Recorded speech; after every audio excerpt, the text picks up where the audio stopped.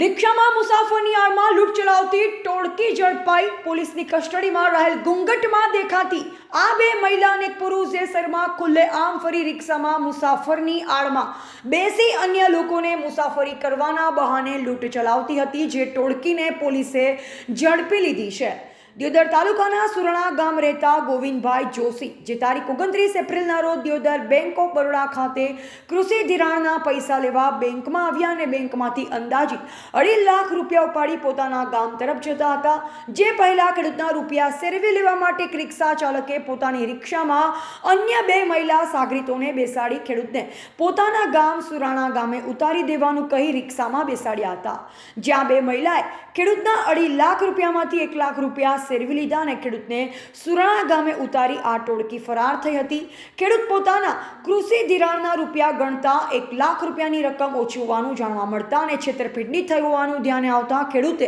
Deodar police મથકે રિક્ષા ચાલક વિરુદ્ધ ફરિયાદ આપતા પોલીસે ખેડૂતની ફરિયાદ લઈ તપાસ હાથ ધરી,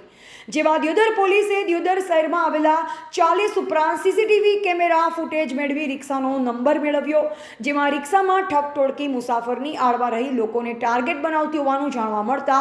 પોલીસે અલગ અલગ ટીમો બનાવી ગુન્હાની ગંભીર નોંધ લઈ ટોળકીને ઝડપી લેવા દિયોદર સિહોરી ચોકડી પાસે વોચ ગોઠવી હતી। જે બાતમી આધારે રિક્ષામાં સવાર કિરણ મુકેશભાઈ દેવી પૂજક, રતિબેન પ્રેમજી દેવી પૂજક, ગંગાબેન મુકેશભાઈ દેવી પૂજકને ઝડપી લેવામાં આવ્યા હતા, જેમાં પોલીસે તપાસ કરતા ત્રણેય ઠગ ટોળકી પાલનપુર ડોક્ટર હાઉસ પાછળ રેલવે ટ્રેક નજીક ઝુંપડપટ્ટીમાં રહેતી હોવાનું બહાર આવ્યું। પોલીસે ઠગ ટોળકી પાસેથી ખેડૂતના રૂપિયા પણ કબજે લઈ વધુ તપાસ હાથ ધરવામાં આવી છે, જેમાં આ ટોળકી અન્ય કોઈ ગુનામાં સંડોવાયેલ છે કે કેમ તે દિશામાં પોલીસે